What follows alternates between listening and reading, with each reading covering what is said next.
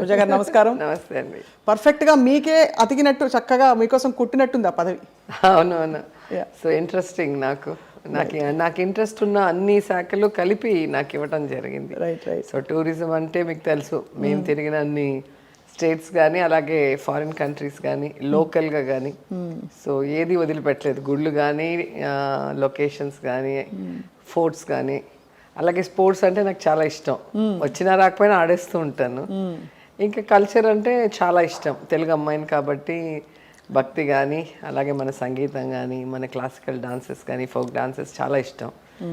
ఇక యూత్ అంటే ఇప్పటికీ యూత్గానే ఫీల్ అవుతున్నాను. నేను ఎప్పుడు కూడా నాకు ఇంత వయసు అయిందని నేను ఎప్పుడు అనుకోలేదు. ఎవరు అనుకోవట్లేదు.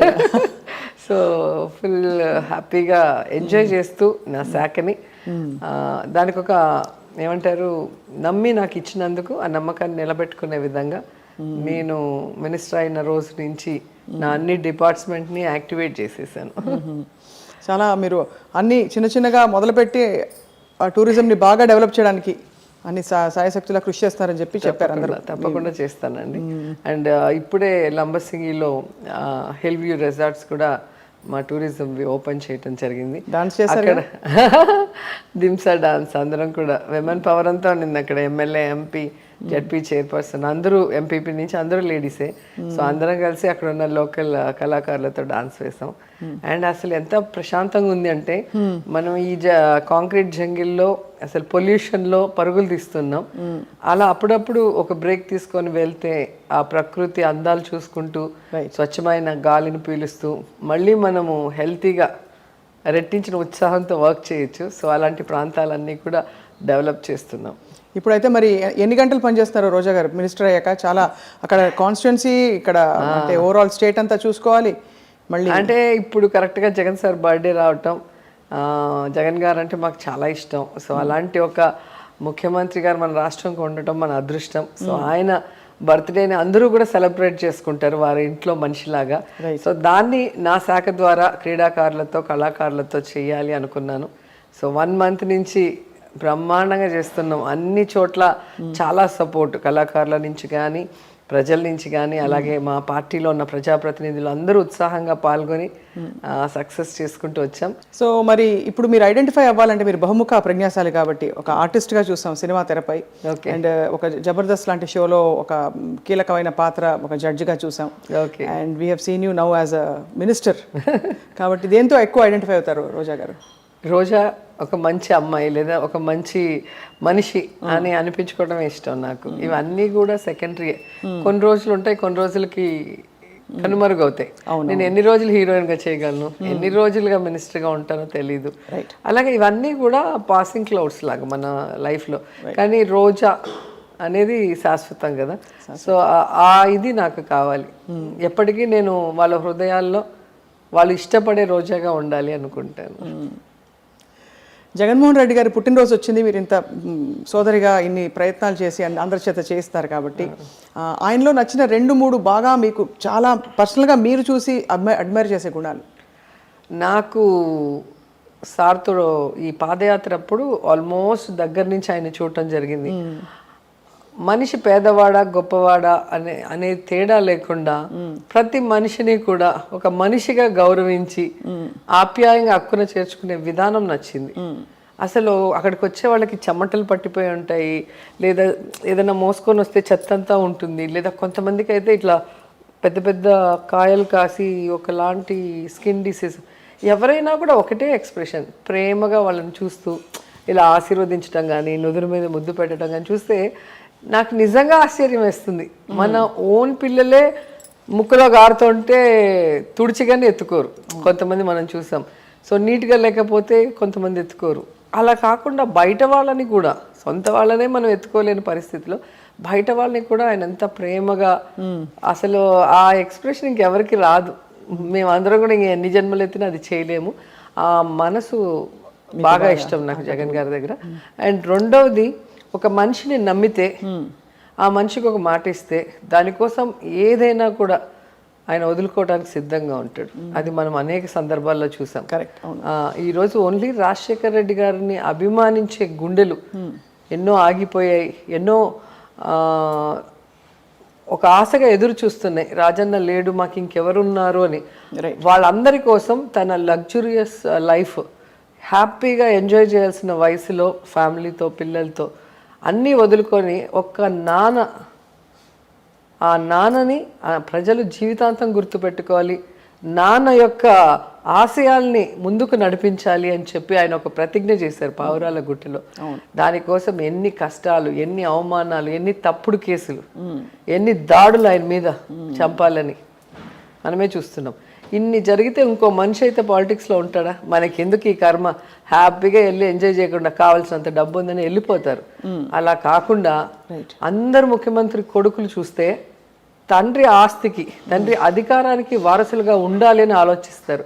కానీ జగన్మోహన్ రెడ్డి గారు రాజశేఖర రెడ్డి ఆశయాలకి వారసుడిగా ఉంటూ ముందుకు వెళ్ళటం అనేది నేను ఎప్పటికీ మర్చిపోలేను.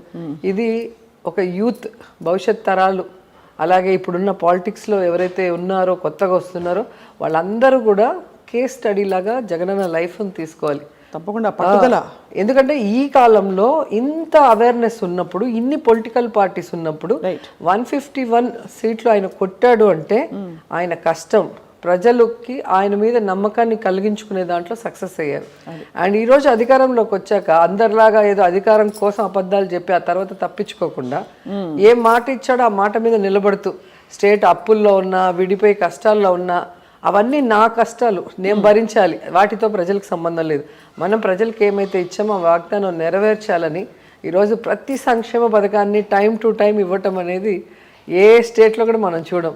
సో ఆ కమిట్మెంట్ నాకు బాగా ఇష్టం, ప్రజల కోసం ఆయన చేయటం. అంటే పాలిటిక్స్ అంటే పదవులు, డబ్బులు, అధికారం అనేది కాకుండా అది ఒక బాధ్యత, అది ఒక సర్వీస్ చేసే ఒక ఏమంటారు ఒక వెపన్ లాగా, దాన్ని కష్టంగా ఇంకా కష్టపడి ఆయన వాళ్ళకి మంచి చేయాలన్న ప్రయత్నం చేయటం చూస్తుంటే ఆశ్చర్యం వేస్తుంది. ఇలా కూడా పాలిటిక్స్ లో చేయొచ్చా అనిపించింది. ఆ కమిట్మెంట్ బాగా ఇష్టం నాకు. పొలిటికల్ లైఫ్ ఇప్పుడు మీరు కూడా మినిస్టర్ అయ్యారు, చాలా మందికి అనిపిస్తూ ఉండొచ్చు ఓ హాయిగా ఉన్నారు రోజా గారిని, కానీ మీ రొటీన్ చూస్తే దిమ్మ తిరిగిపోతుంది. హాయిగా ఉండాలంటే ఉండొచ్చు, అలా ఉండే వాళ్ళు కూడా ఉంటారు, కానీ హాయిగా ఉండటం కాదు. మనం హాయిగా ఉండటానికి పాలిటిక్స్ లో రాలేదు, మనం సర్వీస్ చేయాలి, మన వల్ల 10 మందికి ఉపయోగపడాలి, మన వల్ల 10 మంది జీవితాలు బాగుపడాలి అన్న ఆలోచన జగన్ సార్ దగ్గర నుంచి మేము ఇన్స్పిరేషన్గా తీసుకున్నాం. అందుకే మా వల్ల అయినంత వర్క్ చేస్తూ ముందుకు వెళ్తున్నాం. అండ్ ఫైనల్గా నాకు జగన్ సార్ దగ్గర నచ్చేది విమెన్ని గౌరవించడం చాలా ఇష్టం. ఒక విమెన్ని పాలిటిక్స్లో ఒక ఓటర్గా వాడుకుంటారు తప్ప ఏ రోజు కూడా ఆమెకి సమానమైన స్థానం ఇవ్వాలని అనుకోరు. మీటింగ్స్లో మాత్రం చెప్తారు మహిళా దినోత్సవం వస్తే చాలా ఆకాశంలో సగం, భూమిలో సగం, మన దేవతలు నలయారుతున్నారు, అది ఇద్దని మాట్లాడతారు తప్ప ఆ తర్వాత చూస్తే ఏముండదు. వాళ్ళకి నచ్చిన వాళ్ళకి ఒకరిద్దరికి ఇవ్వటమో, లేదా తండ్రులో తాతలో మొగుడో పాలిటిక్స్లో ఉండి వాళ్ళు పైకి వెళ్తే వాళ్ళకి కంటిన్యూషన్గా పెట్టారు. కానీ జగన్ గారు మాత్రం అన్ని ఎస్సీ, ఎస్టీ, బీసీ, మైనారిటీ అన్ని కులాలకి సమానంగా మహిళలకి రాజకీయ అధికారాన్ని ఇస్తున్నారు.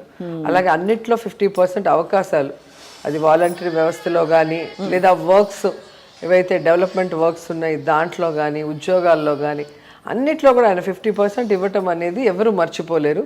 అండ్ ఈరోజు ఆయన తీసుకొచ్చిన సంక్షేమ పథకాలలో మెజారిటీ నాకు తెలిసి 75-80% పైగానే అన్ని మహిళల పేరు మీదే ఉంటాయి. హౌస్ పట్టా హౌస్ తీసుకోండి, వైఎస్ఆర్ ఆసరా తీసుకోండి, వైఎస్ఆర్ చేయూత తీసుకోండి, అమ్మఒడి తీసుకోండి, ఏది తీసుకున్నా కూడా విమెన్ని నమ్మి ఇస్తాడు. ఎందుకంటే ఒక విమెన్ బాగుంటే ఆ ఇల్లు బాగుంటుంది, ఆ రాష్ట్రం బాగుంటుంది, ఆ దేశం బాగుంటుందని నమ్మిన వ్యక్తి. నిజంగా ఆడపిల్లల చదువు కోసం, ఎందుకంటే పేదవాళ్ళు ఎప్పుడూ కూడా చదువు ఎవరికి చెప్పించాలి అన్న ఒక క్వశ్చన్ వచ్చినప్పుడు అబ్బాయిలకి ఇస్తారు, అమ్మాయిలకి ఇవ్వరు.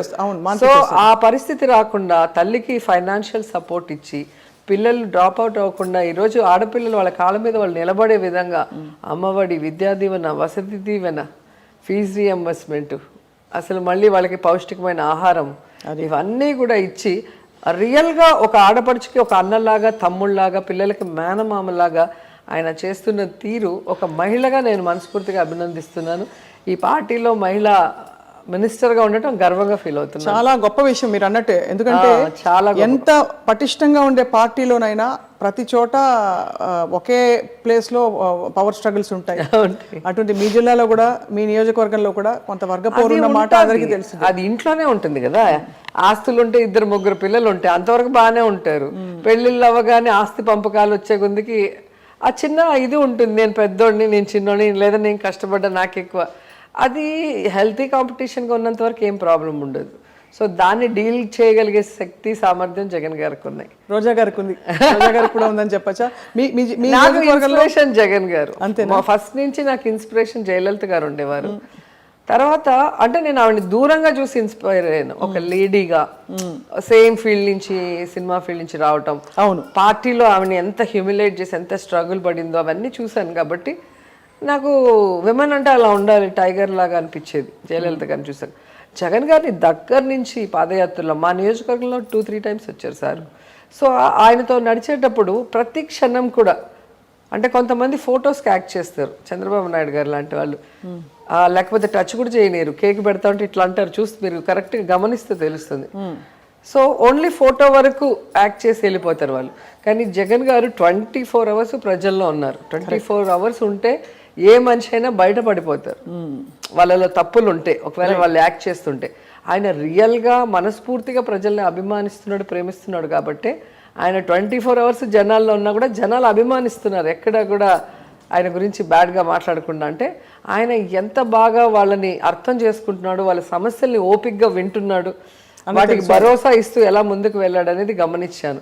అండ్ కాళ్ళు బొబ్బలు ఎక్కేసి అసలు మాకైతే ఒక 5 days నగిరి నుంచి తిరుమలకి పాదయాత్ర చేశాను ఒకసారి. నాకు బొబ్బలు వచ్చేసి వారం 10 రోజులు పడుకునేసాం, కాలు తీసి కాలు పెట్టలేక. కానీ ఆయన ఎక్కడ ఆపకుండా 3600 కిలోమీటర్లు పైగా ఆయన నడవటం అనేది చూస్తుంటే నిజంగా ఆయన డెడికేషన్కి హ్యాండ్స్ ఆఫ్ చెప్పేసి జగన్ అని అంటారు.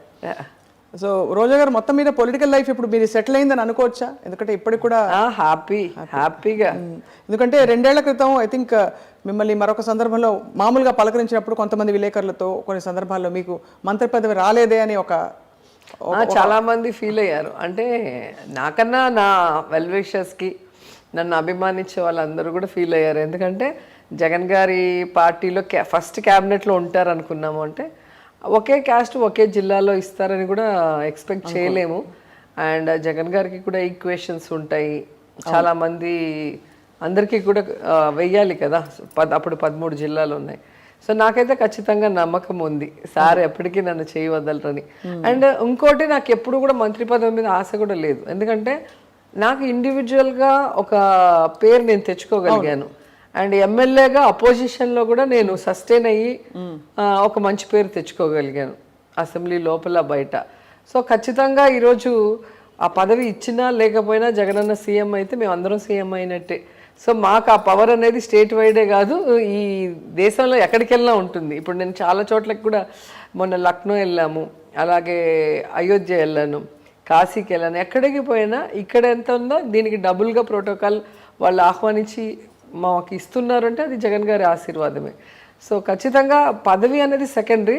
10 మంది గుచ్చుతూ ఉంటే అది ఒక బాధ, ఏంటి మీకు ఇలేదే, మీరు ఫస్ట్ నుంచి ఉన్నారు ఇట్లా అంటుంటే, ఏంట్రా బాబు వీళ్ళు ఇట్లా అడుగుతున్నారు, వీళ్ళ కోసమైనా అన్నిస్తే పని అయిపోతుంది, లేకపోతే వీళ్ళతో పడలేకపోతున్నా అనుకున్నాను. అంతేగాని ఆ పదవి వల్ల కొత్తగా నాకు ఏదో వచ్చేస్తుంది, అది లేకపోతే ఏదో పోతుంది అనేది లేదు. ఇస్తే ఇంకా నాకు యాడెడ్ గౌరవం, అంతే. ఒక ప్రోటోకాల్తో నేను ఇంకా బాగా చేసేదానికి అవకాశం. మీకు మీ నియోజకవర్గ సీనియర్ నాయకులకి మధ్య పచ్చగడ్డి వేస్తే భగ్గుమంటుందనే అంత ఒక పడనితనం, వర్గపోరుంది అంటారు, వాస్తవమా రోజా గారు? మిమ్మల్ని చూస్తే నేను యాక్చువల్గా ఎవరితో గొడవ పెట్టుకోను. నా వరకు నేను గొడవ పెట్టుకోవడం నాకు అసలు ఇష్టం ఉండదు, అది టైం వేస్ట్గా అనుకుంటాను. నేను నా వల్ల అయిన సహాయం చేస్తాను. ఎవరికైనా నేను నచ్చనంటే వాళ్ళ నుంచి దూరంగా ఉంటాను. వాళ్ళకి నచ్చినప్పుడు వాళ్ళని ఎందుకు ఇరిటేట్ చేయటం, మన పని ఏదో మనం చేసుకుందాం, సైడ్కి వెళ్తాం. సో కాన్స్టిట్యున్సీలో అది ఎందుకు వచ్చిందో నాకు ఇప్పటికీ అర్థం కాదు అసలు. అలా ఎవరన్నా ఫీల్ మిమ్మల్ని కొంచెం కొంతమంది పైకి రానికుండా సైడ్ చేశారని అది కూడా అంటారు మీ అభిమానులు కావచ్చు. నేను ఇప్పుడు ఓడిపోయినప్పుడే ఇవన్నీ కూడా ఆలోచించను. అలాంటి 2 సార్లు గెలిచినప్పుడు ఇలాంటివన్నీ కూడా మనం అని ఒకవేళ వాళ్ళు చేస్తారో లేదో తెలియదు, వాళ్ళని హర్ట్ చేయడం ఎందుకులే అని మీరు ఎప్పుడు అనుకోలేదు నేను ఎప్పుడు డిస్కస్ కూడా చేయను. అండ్ నేను నాకు తెలిసి నా మనస్సాక్షికి నేను భయపడతాను, భగవంతుడికి భయపడతాను. సో నేను చేసే పనిలో నాకు ఎవరు సహాయం చేస్తారో వాళ్ళందరికీ కూడా నేను ఖచ్చితంగా నష్టం చేసే పని అయితే చేయను, సహాయం చేస్తాను. రైట్. అలాగే నాకు తెలియని వాళ్ళు నా వరకు నమ్మి ఎవరైనా నా ఇంటికో లేదా నా వాట్సాప్ తలుపులో తడితే నేను చేయగలిగింది, ప్రభుత్వం తరఫున చేయగలిగింది అన్నీ చేస్తూనే ఉన్నాను. రైట్. దీనికి మించి ఎవరైనా చెప్పుడు మాటలు విని లేదా వేరే ఏదైనా లాభాపేక్షతో నాతో గొడవ పడి వాళ్ళు దూరం అయితే అది వాళ్ళ కర్మ, నా తప్పైతే ఉండదు. నేనైతే ఎవరికి తెలిసి గొడవ పెట్టుకొని ఎవరికి తెలిసి మోసం చేయను. అది ఎక్కడైనా నేను డిస్కస్ అంతే. ఎందుకంటే నా లైఫ్ లో నేను సాయంత్రం ఇంటికి వెళ్ళి అలా పడుకుంటే ప్రశాంతంగా నిద్రపోవాలి, నాకు ఈ టెన్షన్స్ ఉండకూడదు. అండ్ నేను గట్టిగా నమ్మేది ఏంటంటే కర్మ సిద్ధాంతం, మనం ఎవరికి ఏం చేస్తామో అది తిరిగి మనకి మన పిల్లలకి వస్తుంది. సో నా వల్ల నా పిల్లలు ఇబ్బంది పడటం నాకు ఇష్టం ఉండదు. సో నా వల్ల నా పిల్లలకి ఆశీర్వాదాలు రావాలి లేదా వాళ్ళ లైఫ్ హ్యాపీగా ఉండాలి, కానీ ఎవరో ఖర్చు వాళ్ళకి రావటం నాకు నచ్చదు.